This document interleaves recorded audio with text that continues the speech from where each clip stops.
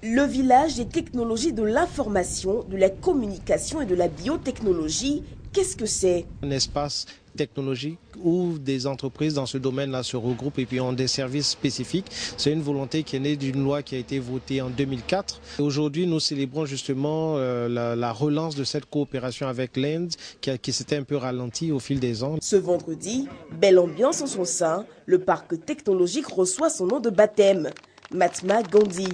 Pour le ministre des Postes et des Télécommunications, Nabanye Kone, l'expression de la redynamisation de la coopération entre l'Inde et la Côte d'Ivoire, avec notamment la réactivation d'un prêt de 20 milliards de francs CFA. Mme Prenette Kaur a tenu à indiquer que plusieurs autres projets d'investissement sont à venir dans le pays. Le port d'aujourd'hui marque une étape importante dans les relations entre la Côte d'Ivoire et l'Inde et sera aussi un exemple par du solide partenariat de coopération existant entre les deux pays. Près de 20 000 emplois directs sont attendus avec la relance des activités du VITIB. Le chef du gouvernement a, lui, exprimé sa satisfaction face à cette coopération.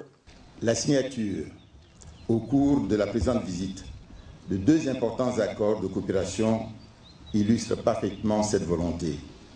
Il s'agit de l'accord portant création d'une grande commission mixte de coopération bilatérale entre l'Inde et la Côte d'Ivoire et l'accord de coopération en matière de formation, d'information et d'échange de diplomates et d'experts entre l'Institut des services extérieurs du ministère des Affaires étrangères de l'Inde et du ministère des Affaires étrangères de Côte d'Ivoire.